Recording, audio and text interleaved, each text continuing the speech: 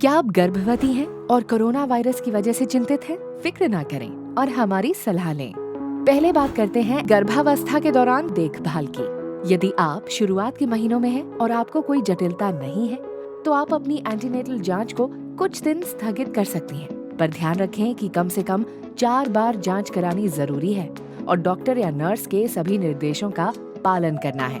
आप गर्भावस्था की मामूली शिकायतों के लिए डॉक्टर या नर्स से फोन पर सलाह भी ले सकती हैं, ताकि बार बार अस्पताल ना जाना पड़े।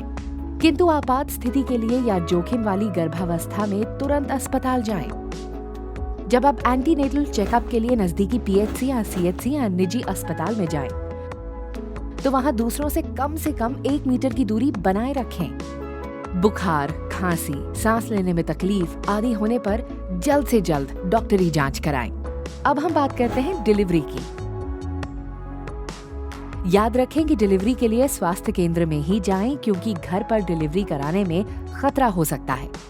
अगर आपको कोई जटिलता नहीं है, तो आप अपने घर के नजदीक ही किसी सीएचसी या पीएचसी या एक निजी अस्पताल में डिलीवरी के लिए जाएं।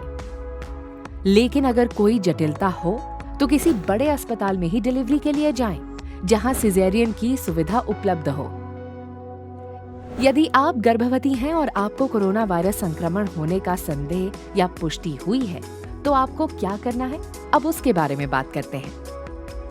याद रखें कि गर्भवती महिलाओं में कोरोना संक्रमण आम लोगों जितना ही होता है, उससे अधिक गंभीर नहीं होता।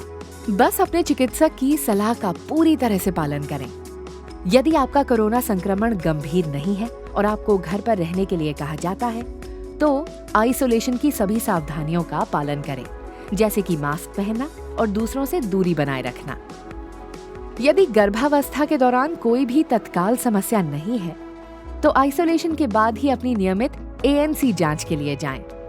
यदि आप में कोई चिंताजनक लक्षण विकसित होते हैं या आपकी प्रसव पीड़ा शुरू हो जाती है, तो निर्धारित अस्पताल में ही जल्द से जल्द जाएं।